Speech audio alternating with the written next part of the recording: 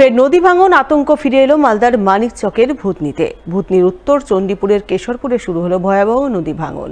আর এই ভাঙন পরিস্থিতি বৃহস্পতিবার পরিদর্শন করলেন প্রশাসনিক আধিকারিকরা। বর্ষার মরশুম শুরু হয়েছে, তবে এখনো মালদায় সেভাবে বৃষ্টিপাত হয়নি। কিন্তু উত্তরবঙ্গে প্রবল বর্ষণের কারণে মালদার ফুলহর নদীতে হু হু করে জল বাড়ছে।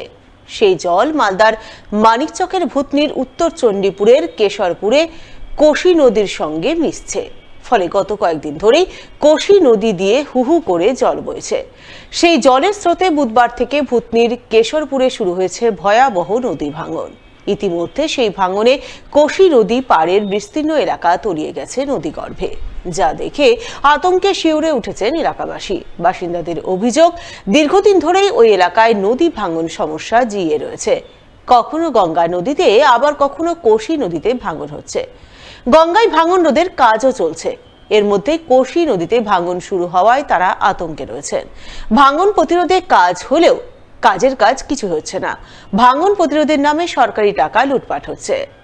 এখানে লুটবার অবস্থা জেনে কি দেখেন না, বাঁশ ফেলছে, বড়া ফেলছে, থামছে। আর খালি লুটবার নাই তো কি আছে, ওই বাঁশের হয়েছে আর ওই বড়ার হয়েছে।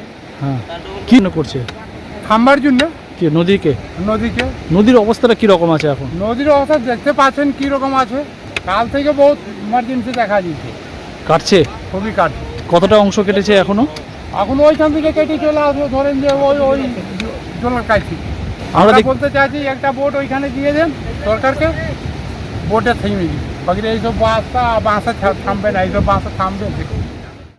এদিকে কোশি নদীতে ভাঙনের কথা শুনতে পেয়েই বৃহস্পতিবার ওই এলাকার পরিস্থিতি পরিদর্শনে যান মালদা সদর মহকুমার শাসক পঙ্কজ তামাং। সঙ্গে ছিলেন মানিকচকের বিডিও অনুপ প্রামাণিক, পঞ্চায়েত সমিতির সভাপতি পিঙ্কি মণ্ডল সহ স্থানীয় জেলা পরিষদ ও গ্রাম পঞ্চায়েত প্রধান।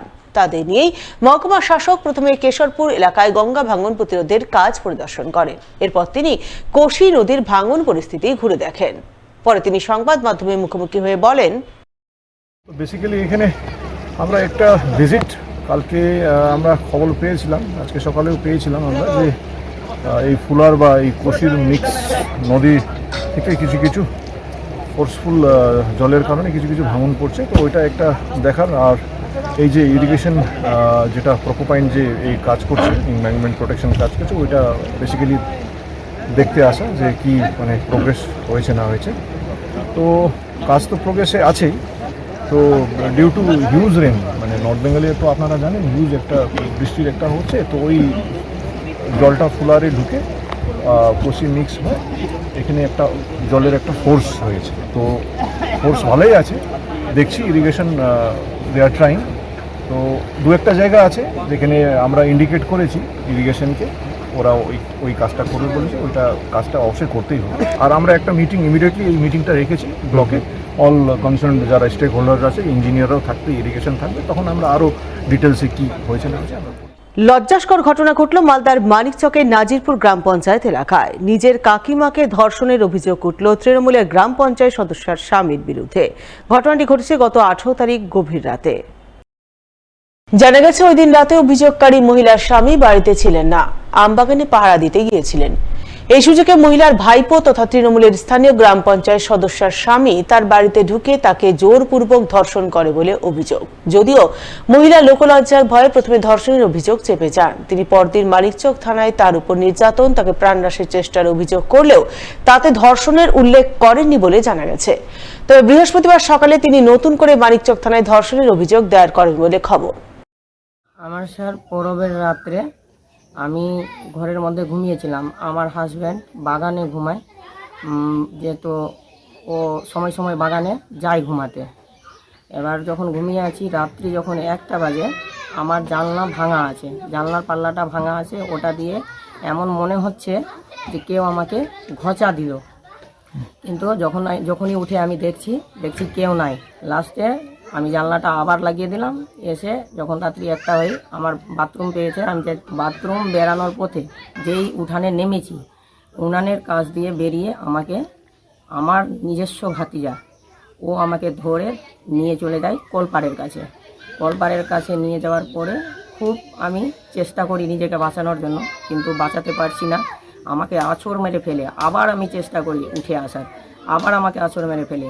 আমার হাতে, গলায়, গোটা শরীরে কত বিক্ষিপ্ত করে কামড় দিয়ে দিয়ে দাঁতে কামড় দিয়েছে। এবার আমার র্যাপও করেছে। লাস্টে ওকে আমি বলছি যে আমাকে প্রথমে একটু জল খেতে দে। তখন জল আনতে গেছে।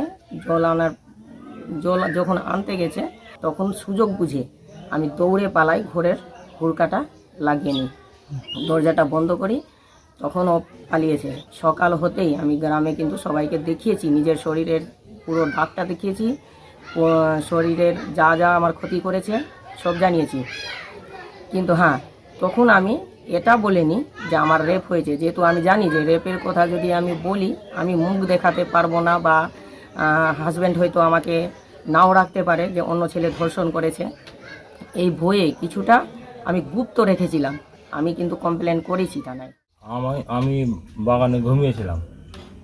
তো একটা নাজিরপুর গ্রাম পঞ্চায়েতের টিএমসি পার্টির একটা মেম্বার আছে, ও এসে আমার বউকে জবরদস্তি ধর্ষণ করেছে। আমরা ওই ফোনে মানিকচক থানায় গিয়ে কমপ্লেন করেছি, কিন্তু এখন পর্যন্ত কোনো ব্যবস্থা নেয়নি। মানসিক অবস্থা ভালো নাই স্যার। হ্যাঁ, ভয়ের মধ্যে আছি। চমক দিচ্ছে। কে ধমক দিচ্ছে? ওই মেম্বারটা। কি বলছে? একবার ধর্ষণ করেছে, আবার ধর্ষণ করব।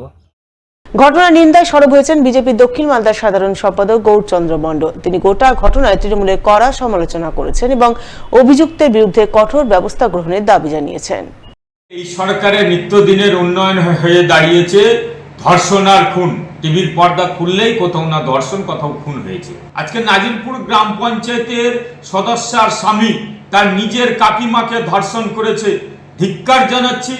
জানি না এর সুবিচার পাবে কিনা, কারণ পুলিশ তো তৃণমূলের দলদাস, তৃণমূলের অঙ্গনী হেলনেই চলে, এবং ওই পরিবারের পাশে আমরা আছি। এর উপযুক্ত শাস্তির দাবি করছি।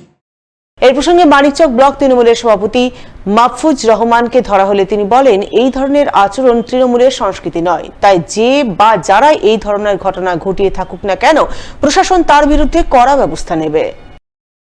এইটা তৃণমূলের কালচার নেই। এটা একটা সোসাইটিতে এই জিনিসটা আনএক্সেপ্টেবল। সে যেই দল করুক, এইরকম কাজ যদি কেউ করে, তাহলে আমি প্রশাসনকে এটাই অনুরোধ করবো যে আপনারা যেটা আইনি ব্যবস্থা আছে সেটা আপনারা অবশ্যই নেবেন। পুরাতন মালদা শুট আউট কাণ্ডের পর 7 দিন কাটতে চললেও এখনো ধরা পড়েনি মূল 2 অভিযুক্ত। তাই মূল অভিযুক্তদের গ্রেপ্তার সহ তাদের লুকানো অস্ত্রশস্ত্র উদ্ধারের দাবি জানাতে বৃহস্পতিবার মালদা থানার দ্বারস্থ হলেন গুলিবিদ্ধ মুদি ব্যবসায়ী সহ গ্রামবাসীদের একাংশ। উল্লেখ্য, গত শুক্রবার গভীর রাতে পুরাতন মালদা পৌরসভার 17 নম্বর ওয়ার্ডের রসিলাদহ বাগানপাড়ায় জমি মাফিয়াদের দৌরাত্ম্যের ঘটনা ঘটে। জমি দখলে বাধা পেয়ে জমি মাফিয়ারা ওই এলাকার বাসিন্দা পেশাই মুদি ব্যবসায়ী সুমন সাহার বাড়িতে ঢুকে তাকে বেধড়ক মারধর করে তাকে লক্ষ্য করে পরপর 2 রাউন্ড গুলি চালায় বলে অভিযোগ ওঠে।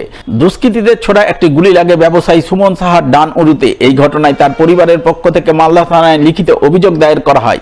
সেই অভিযোগের ভিত্তিতে পুলিশ তদন্তে নেমে মোট 4 জনকে গ্রেপ্তার করে। তবে 4 জন ধরা পড়লেও এখনো ধরা পড়েনি 2 মূল অভিযুক্ত আকাশ মণ্ডল ও বিশাল মণ্ডল। স্বভাবতই এখনো আতঙ্কের মধ্যে রয়েছেন গুলিবিদ্ধ ব্যবসায়ী সুমন সাহা, তার পরিবারবর্গ সহ এলাকার সাধারণ মানুষ। তাই তারা বৃহস্পতিবার ফের মালদা থানার পুলিশের দ্বারস্থ হন। তারা পুলিশের কাছে 2 মূল অভিযুক্তকে দ্রুত গ্রেপ্তার সহ তাদের মজুদ অস্ত্রশস্ত্র উদ্ধারের দাবি জানান পুলিশের কাছে। আমরা অত্যন্ত ভয় আছি, খুব পুলিশ তো ভয়। আমাদেরকে এখনো আসামি ধরা পড়েনি। ধরা কেন পড়েনি এখন পর্যন্ত আসামি, আমরা ভয়ে থাকতে পারছি না। সেদিন ঘটনা রাত্রে 2 নাগাদ, 2 থেকে 2 নাগাদ ওরা 3টে লোক, বিশাল মণ্ডল, আকাশ মণ্ডল, এদেরকে আমি স্পষ্ট দেখেছি। এরা আমাকে গুলি চালাচ্ছিল বুকে।